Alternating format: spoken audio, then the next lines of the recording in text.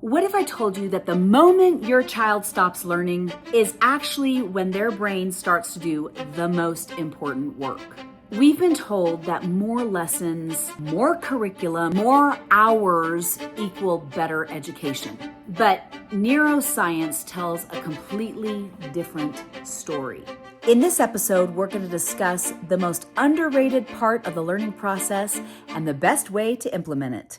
Hello, my name is Janae Daniels. I'm a wife, a mother of 6, and a former middle school teacher turned homeschool mom, independent researcher, and educational consultant. Welcome to the School to Homeschool podcast. So I just got back from the gym a couple hours ago. As I do strength training, something that I've learned that people who strength train know is that there has to be a rest period between reps. And there also has to be rest days as you strength train. Like you can't just go from rep to rep to rep, and you can't just go 7 days a week without any rest. That our muscles need time for recovery. Whether that's between reps, a day or two between strength training days, our muscles need time to recover. And yet we forget that our brains are our muscles, and they also need rest. Not just rest as far as sleep goes, but rest as far as not being active all the time. Yeah, in education, we tend to ignore this. There's this process in the brain called memory consolidation. This is where new information gets stabilized, organized, and then stored in long-term memory. Here's the catch. This process doesn't happen while we're actively working our brains. It happens when we stop. Research from Matthew Walker, the author of Why We Sleep, shows that sleep is directly tied to learning retention. So in one study, participants who slept after learning retained significantly more information than those who stayed awake. And neuroscientist Andrew Huberman explains that even short periods of non-sleep deep rest, so just sitting quietly, no phone, no stimulation, no video games, no computer, no television, can dramatically improve how well the brain encodes information. And this connects to something called the default mode network. This is part of your brain that activates when you're not focused on the task. And it's the time that the brain replays what is learned, it makes connections, and it builds understanding. This is the system that becomes active when our brain is not focused. This is when insights happen, ideas connect, and meaning deepens. So, in other words, the brain does its real work when it looks like nothing is happening. But if we look at the way that public school is set up, and in some cases how we structure and run our homeschools, this goes against the science of our brains. Let's paint a picture. A high school student spends 6 to 7 hours a day in classes, and then they come home, they do homework, they might go to football practice or cheer practice or soccer or music lessons, and then they come home and they study. Every minute is filled, and yet they forget most of what they learned by the next week. Well, why? Because there's no space, there's no pause, there is no time for recovery. It's like trying to pour water into a glass that's already overflowing. Okay, so now let's contrast that with a different kind of learner, okay? A teenager spends the morning building something. Maybe it's a woodworking project or coding. Maybe they're writing or they're working on mathematics. And then they hit a wall or they get stuck. And instead of pushing harder, they walk away. Instead, maybe they go outside or they rest or they do something completely different. Maybe they make lunch or whatever. And then later, the solution comes to them. That's not random. That is the default mode network doing its job. I've noticed personally that after a lot of deep study, that my brain gets fatigued and it needs rest. And I didn't realize until I started actually studying this, that the brain actually needs that rest. The brain replays learning during rest. And so from the National Institute of Health funded research on the hippocampal replay, quote, the brain replays recent experiences during rest, strengthening memory traces.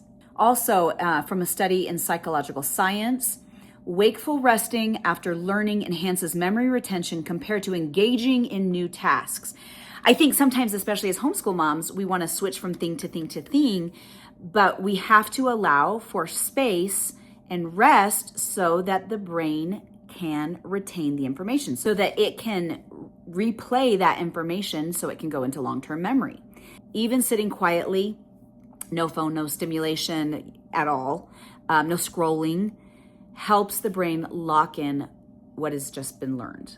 And so it's important, even for, especially for our high school students, our middle school students, that they get to go outside, that they take a mental break without doing anything. And that's including getting on technology, and especially getting on technology, so that they can lock in what they've learned. One of the problems I think that we see in public school, and again, certainly in many homeschools where rigor becomes the end goal as opposed to, in my opinion, learning, that there's sustained cognitive efforts. And according to cognitive psychology, research on mental fatigue, this is what it says: sustained cognitive effort leads to reduced performance and increased errors over time.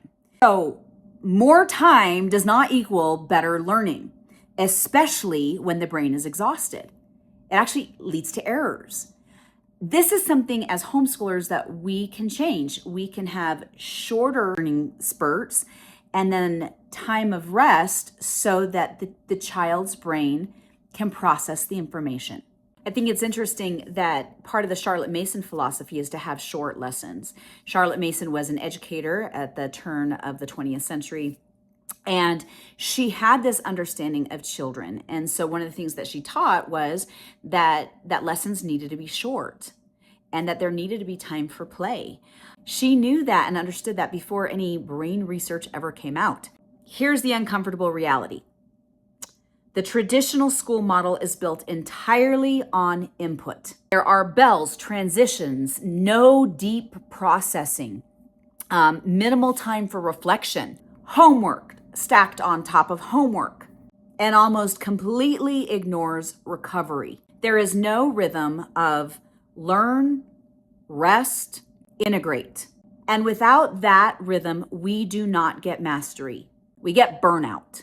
In a home-based or project-based model, you can build in natural pauses after learning, unstructured time for thinking, as well as longer blocks of focused work, followed by real rest, and sometimes just straight up sleep. Now that's where real mastery happens. As homeschoolers, we can build in this time for rest. And specifically after we've done projects with our kids, or there's been creativity or long focus over time, we need to decompress or step away completely, or have our children step away completely. We need to reflect what worked, what didn't work, and then allow for integration, connecting experience to future action.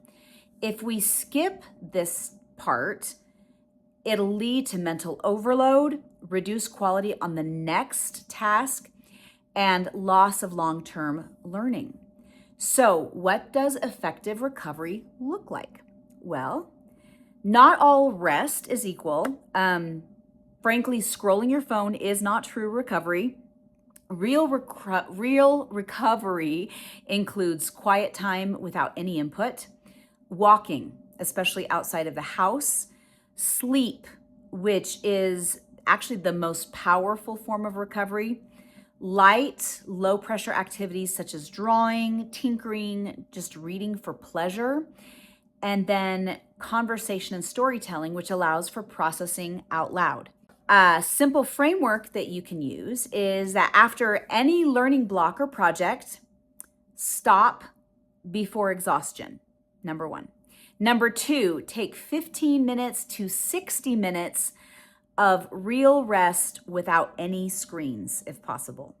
Number three, later that day, do a brief reflection with the kids, or even with yourself. What did I learn? What was hard? What would I do differently? And then finally, sleep on it. We see dramatic retention and insight when we allow ourselves the rest that we need through sleep. So if you're homeschooling or even just thinking about how your kids learn and want to help them better, this is a massive opportunity because you can build something that the system doesn't. After a learning session or a learning project, stop before exhaustion, build in real rest. I'm not talking about screens, but real rest. Give space for boredom, which we've talked about multiple times, and then come back later for light reflection. Even something as simple as a walk, quiet time, just letting their mind wander can dramatically increase retention. So here's the shift we have to make. We need to stop asking, did I do enough today? We need to start asking, did we leave enough space for things to stick? Because learning doesn't just happen in the doing, it happens in the resting. Mamas and papas, grandmas and grandpas, you are doing so much better than you think you are. You've got this. We'll talk next week.